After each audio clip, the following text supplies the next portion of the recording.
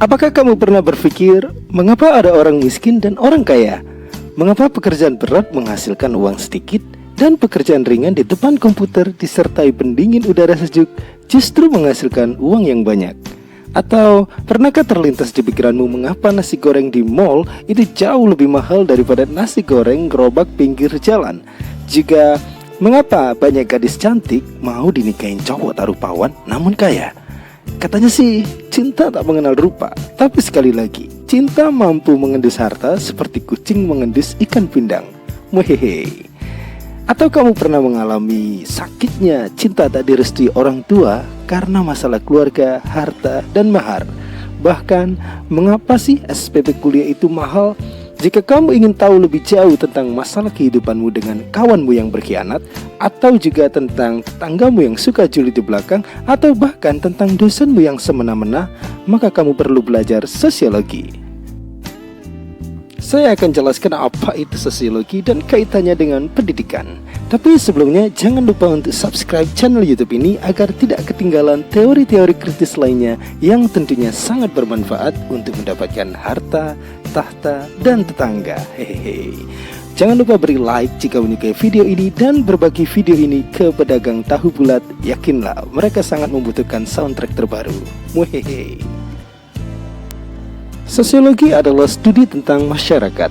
Masyarakat adalah kelompok individu di dalam suatu sistem interaksi sehingga mereka hidup bersama dalam satu komunitas yang teratur. Kata society sendiri berasal dari kata societas, yang mana juga diturunkan dari kata socius, yang berarti teman atau companion. Oleh karena itu, masyarakat berhubungan erat dengan kata sosial. Dari sini, kamu pasti paham bahwa sosiologi membahas pola hubungan atau interaksi sosial. Di dalam hubungan sosial tersebut, terdapat permasalahan yang meliputi masalah ekonomi, agama, hukum, politik, dan bahkan gender.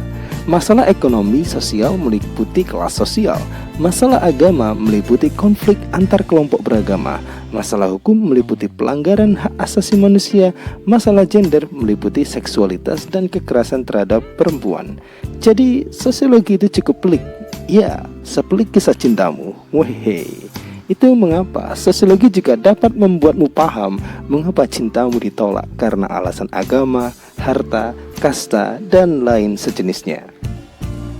Selain itu, hubungan sosial idealnya memiliki impian menuju kesejahteraan bersama, sehingga sosiologi juga memiliki hubungan intim dengan dunia medis, kriminalitas, politik, dan bahkan pendidikan. Ya, pendidikan.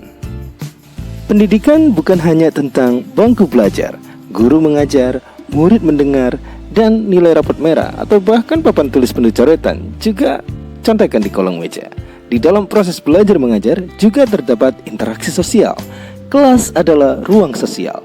Di sana ada berbagai jenis siswa dengan latar belakang sosial yang berbeda, agama, etnis, ekonomi, budaya, dan sejenisnya. Kamu pasti paham, masyarakat yang tinggal di lingkungan kelas bawah memiliki kehidupan yang keras, sehingga perilaku remaja di sana juga akan tercermin dengan kenakalannya di kelas. Berbeda dengan remaja yang tumbuh di lingkungan sosial kelas atas, maka perilakunya di kelas juga akan tercermin. Dari kelas sosial ini muncul pula masalah lain, seperti sekolah berstandar tinggi dengan SPP super mahal yang secara tersirat hanya diperuntukkan untuk keluarga kelas atas. Karena terbiasa hidup bersosial dengan orang lain, masyarakat kelas bawah cenderung memiliki solidaritas tinggi, sementara masyarakat kelas atas cenderung memiliki solidaritas yang rendah. Perbedaan ini juga akan terlihat ketika kamu memasuki sekolah elit dengan siswa cerdas namun cenderung egois, dengan sekolah yang memiliki gedung peot dengan siswa yang nakal namun begitu atraktif dan ekspresif. Dari sini, pemahaman tentang sosiologi begitu penting bagi seorang guru. Seorang guru dapat mengambil manfaat dan mempelajari latar belakang sosial dan budaya siswa-siswanya. Terlebih di negara yang multi etnis dan budaya seperti Indonesia, tugas seorang guru lebih kompleks dari sebelumnya karena para siswa berasal dari berbagai latar belakang keluarga yang memiliki tingkat pemahaman dan dukungan yang berbeda untuk pendidikan. Ada orang tua yang menuntut anaknya sekolah demi ijazah, ilmu, dan pekerjaan. Ada siswa yang sepulang sekolah membantu ibunya menggoreng tahu bulat untuk memenuhi kebutuhan hidup sehari-hari.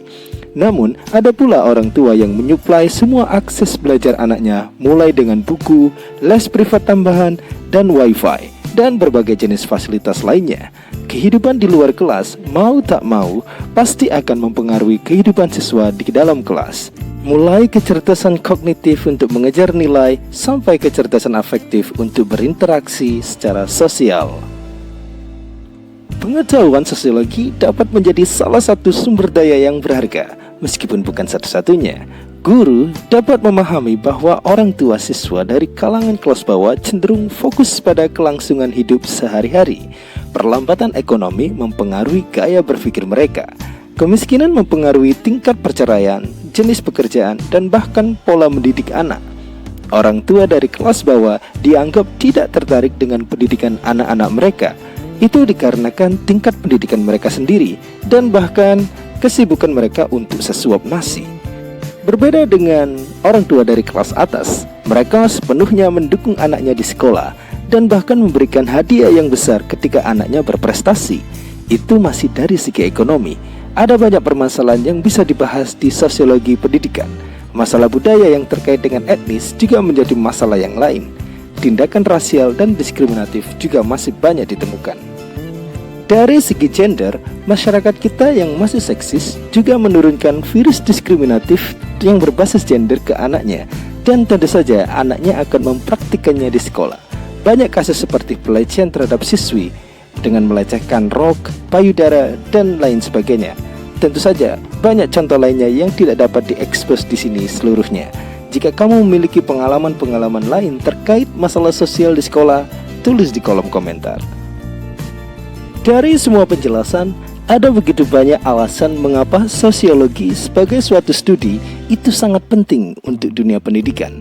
Itu belum lagi termasuk pembahasan pola pendidikan di masyarakat yang mengalami kekacauan karena perang seperti Afghanistan, Syria, dan lain sebagainya.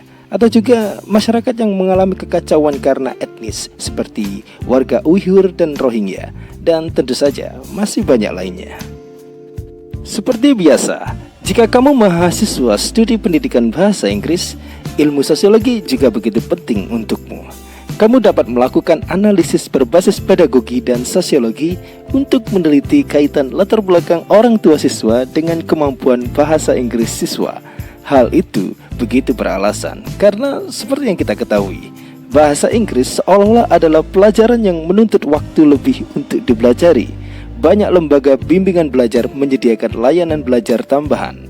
Di sini, siswa dari keluarga mampu akan memiliki peluang yang lebih besar untuk memahami daripada siswa dari keluarga yang kurang mampu. Ini akan menjadi sangat menarik mengaitkan pendidikan bahasa Inggris dan ilmu sosiologi. Apa kamu masih penasaran dengan mantanmu yang lebih memilih PNS daripada kamu yang masih mahasiswa, yang masih merevisi judul skripsi untuk kesekian kalinya? Mending lupakan saja dia. Muhehe. Jika kamu belajar sesuatu hari ini, jangan lupa untuk berbagi video ini ke kawanmu yang suka menghina HP Cinamu, atau tetanggamu yang suka pamer ranking sekolah anaknya, atau SPG apartemen yang diskriminatif. Tetap berbakti kepada orang tuamu, bersahaja dengan tetanggamu, dan berprasangka baik dengan jasa wen terbaju di dekat rumahmu. Sekian, terima kasih.